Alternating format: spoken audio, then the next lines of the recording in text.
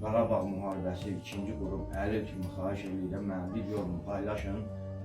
Çox xahiş edirəm ki, bu video Cavanşir Feyziyevə çatsın.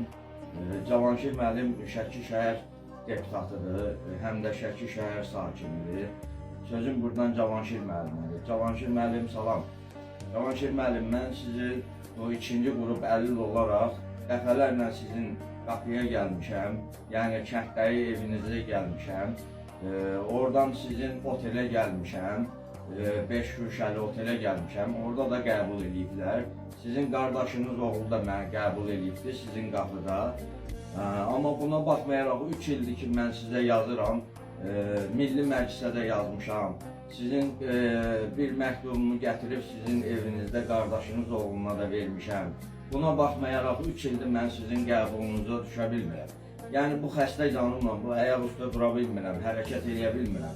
Yəni bu boyda gəlməyimə, xahiş eləməyimə məni qəbul eləmək istəmirsiniz.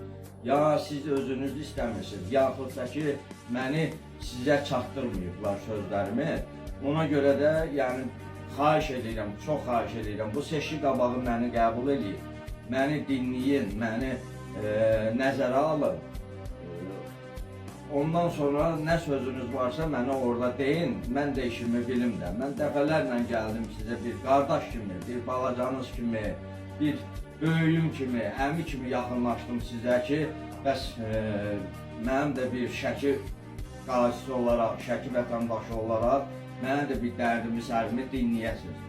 Amma lakin buna baxmayaraq heç biri sənin qohum qardaşından olsa belə, yəni qardaşın oğlu da olsa belə, hətta sənin işçilərin, köməkçilərin də olsa belə, məni də allatdılar, sizi də allatdılar.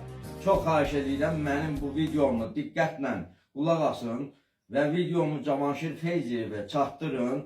Cavanşir müəllim, siz özünüz də bu videoya diqqətlə qulaq asın, baxın, mənə qəbul edin. Çox xahiş edirəm sizdən.